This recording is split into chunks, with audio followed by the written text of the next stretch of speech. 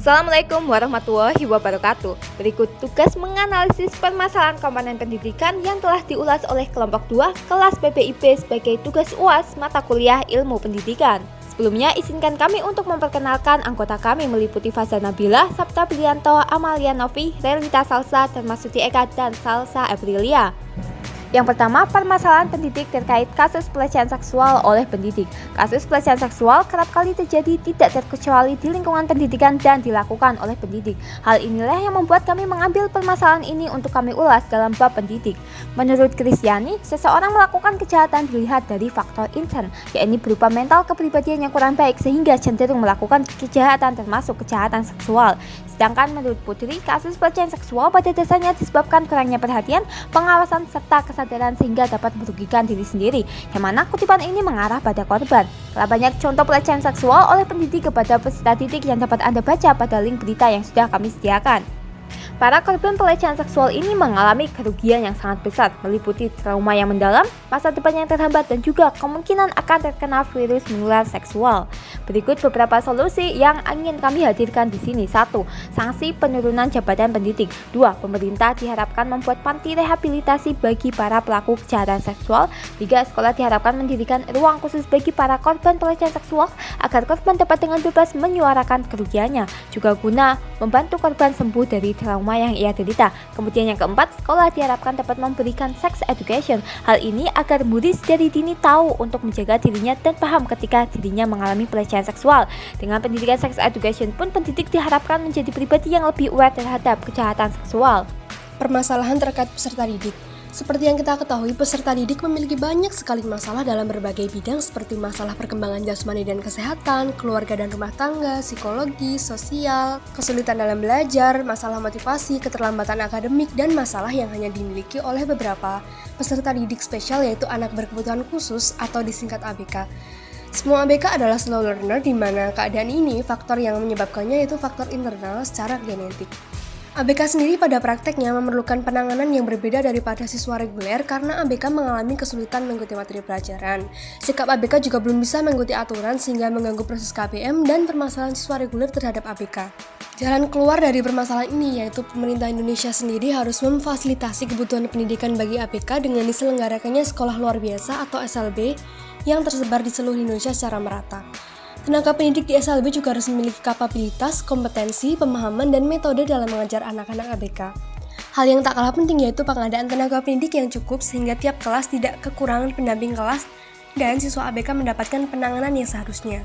Hal lain yang perlu dilakukan yaitu penelitian lanjutan tentang pemberian scaffolding kepada ABK yang berada di dalam kelas inklusi dan penelitian lanjutan tentang perbandingan proses berpikir ABK yang berada di kelas inklusi dan ABK yang berada di SLB. Materi berikutnya adalah tentang permasalahan lingkungan pendidikan pada masa kini. Berikut adalah contoh beberapa masalah yang sering kita jumpai.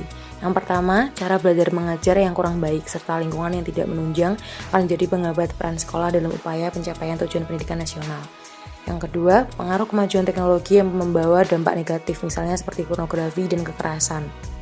Kemudian, kesulitan dalam menyesuaikan diri dan menghadapi situasi lingkungan sekolah.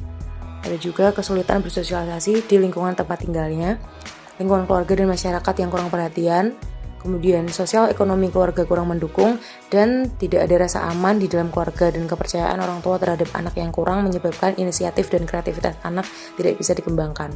Masalah yang ada di lingkungan pendidikan sebenarnya menjadi tanggung jawab semua pihak, orang tua, pendidik atau guru, dan masyarakat. Berikut adalah solusi dari permasalahan yang sering kali kita hadapi. Yang pertama, mendorong terwujudnya peradaban baru dan tatanan baru dengan memulai dari lingkungan terkecil seperti keluarga. Kemudian kita menciptakan lingkungan keluarga yang harmonis, membentuk lingkungan sekolah yang mempunyai hubungan baik secara internal. Perlunya masyarakat membina dan mengembangkan kesadaran diri. Kemudian kita membangun interaksi belajar mengajar yang menyenangkan agar memotivasi siswa dan menciptakan pergaulan antar sesama yang harmonis. Kemudian masyarakat diharapkan peka terhadap menyikapi perkembangan yang terjadi. Dan yang terakhir, kita bisa melakukan pembaruan nilai sosial budaya untuk membangun kemajuan ilmu pengetahuan, kemajuan teknologi, hingga kemajuan ekonomi. Ya, dan sekarang untuk materi keempat yaitu mengenai permasalahan isi pendidikan. Secara singkat, berikut adalah permasalahan terkait isi pendidikan. Yang pertama, urgensi materi pada pembelajaran masih kurang mampu menumbuhkan dan memaksimalkan pengetahuan dan keterampilan siswa. Yang kedua, kurangnya upaya guru dalam memberikan pengetahuan secara praksis, kreatif, sehingga materi belum mampu menunjang nilai-nilai pendidikan. Yang ketiga, pengetahuan dan keterampilan masih difokuskan pada hal akademik saja, padahal seringkali mengabaikan nilai-nilai pendidikan non-akademik. Yang keempat, mayoritas pembelajar hanya berfokus pada pembelajaran materi tanpa pendampingan keterampilan. Dan yang terakhir, perumusan kurikulum masih tumpang tindih dengan kepentingan lain sehingga kurang mengimplementasikan nilai-nilai pendidikan yang sebenar-benarnya. Oleh karena itu, diperlukan solusi permasalahan terkait isi pendidikan. Berikut beberapa solusi yang mungkin dapat dipertimbangkan. Yang pertama, guru harus mengevaluasi kembali materi pembelajaran dan harus disempurnakan dengan memperhatikan isi, nilai, urgensi, dan landasan materi. Yang kedua, pengetahuan keterampilan harus berjalan beriringan dengan integrasi nilai-nilai pendidikan seperti kemanusiaan dan penghayatan. Pendidikan tidak boleh hanya terfokus pada kemampuan akademik saja, melainkan juga harus memperhatikan pendidikan karakter, jasmani, dan pendidikan spiritual. Dan yang terakhir, revitalisasi nilai-nilai pendidikan murni harus benar-benar diimplementasikan ke dalam kurikulum untuk menciptakan kurikulum yang sempurna dan menunjang pendidikan. Terima kasih. Selanjutnya ada permasalahan terkait metode pendidikan. Salah satu kesalahan yang ada dalam proses pembelajaran yaitu adanya kesalahan pada pemilihan metode pembelajaran yang dilakukan oleh guru sehingga tidak tersampaikannya materi pembelajaran dengan baik. Seperti metode pengajaran yang hingga saat ini masih digunakan oleh guru-guru di tanah air yang terlalu berorientasi dengan akademik. Dan cara pengajaran yang seperti inilah yang disebut dengan direct instruction. Pendekatan ini bercirikan dengan tingginya arahan, kontrol, dan perintah dari guru, ekspektasi tinggi pada progres performa siswa, dan minimnya perhatian akan aspek-aspek lain dalam proses pengajaran yang di luar akademik, seperti personal concern siswa itu sendiri. Nah, bagaimana solusi terkait permasalahan ini? Guru harus memiliki keterampilan yang diperlukan untuk memastikan proses belajar dan pentransferan ilmu di kelas bukan saja berjalan lancar tetapi juga menyenangkan. Maka tentunya dibutuhkan cara atau metode pengajaran yang menyenangkan, fleksibel namun tidak keluar dari konteks pembelajaran. Pertama, seorang guru harus mampu memahami murid sebelum memberikan perlakuan yang tepat untuk mereka. Sesuaikanlah cara mengajar dari apa yang dirasa cocok untuk mereka, karena belum tentu metode yang biasa dilakukan akan berjalan efektif sesuai dengan yang diharapkan. Berikutnya, guru harus mampu menyeimbangkan waktu serius dan bercanda pada saat mengajar. Kemudian, guru harus mampu menjelaskan langkah demi langkah hingga muridnya benar-benar paham. Yang terakhir, pastikan guru melakukan aktivitas-aktivitas di luar rutin setiap minggu atau setiap pergantian materi yang berisi sebuah permainan, proyek atau kunjungan ke lapangan dengan memberikan tugas untuk mereka kerjakan sembari pelaksanaan aktivitas tersebut. Permasalahan yang terakhir adalah permasalahan terkait alat pendidikan, yaitu sarana dan prasarana pendidikan yang kurang memadai di daerah terpencil. Permasalahan yang sering terjadi sekarang di Indonesia adalah banyaknya sekolah yang sarana dan prasarananya kurang memadai, khususnya di daerah pedalaman atau daerah terpencil.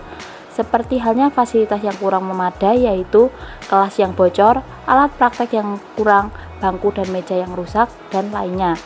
Hal ini tentu sangat berpengaruh terhadap kualitas pendidikan. Tanpa adanya sarana dan prasarana, proses belajar mengajar tidak berjalan dengan baik, sehingga kualitas pendidikan pun menurun. Faktor penyebab dari masalah tersebut adalah alokasi dana yang terhambat karena banyaknya kasus yang menyalahgunakan dana sekolah. Dan perawatan yang kurang baik terjadi karena pihak sekolah tidak memperhatikan bagaimana merawat sarana prasarana yang telah diberikan pemerintah. Solusi dari permasalahan tersebut adalah 1.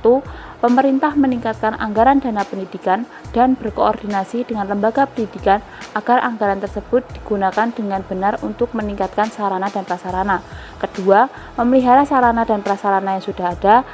Ketiga, memaksimalkan penggunaan sarana dan prasarana yang sudah ada. Dan yang terakhir, sekolah mengelola anggaran yang diberikan pemerintah sebaik mungkin untuk meningkatkan kualitas sarana dan prasarana. Berikut daftar pustaka dari sumber yang kami gunakan dalam menganalisis permasalahan ini. Sekian dari kami, semoga hasil analisis ini dapat bermanfaat bagi kita semua. Kurang lebihnya kami mohon maaf. Terima kasih. Wassalamualaikum warahmatullahi wabarakatuh.